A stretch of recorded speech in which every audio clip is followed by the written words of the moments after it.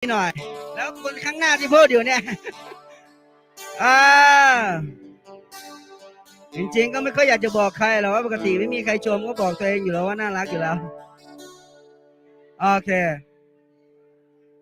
ค来一起嘛当然了ดูสดเยอะเลยวันนี้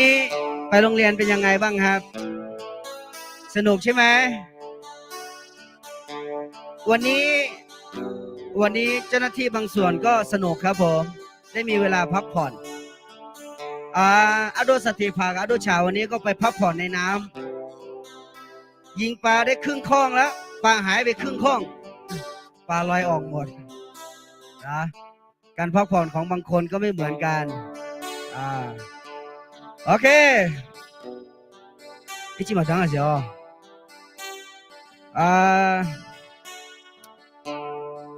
这两个萨拉罗呢米耶没辛苦跟呢做个节哎啦没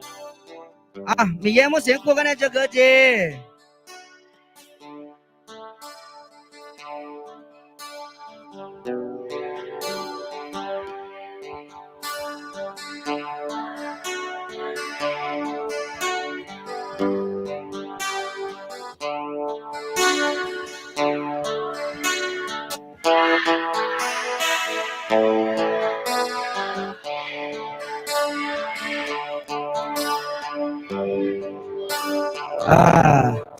ใช่อาทิตย์นี้มันง่าย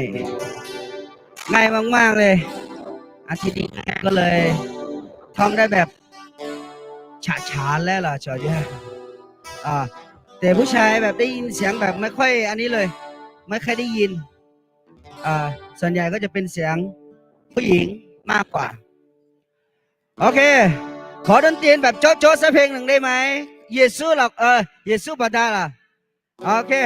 ระหว่างที่ไลฟ์ยังไม่พร้อมนะขอเยซูบาดาสักเพลงหน่อยโอเค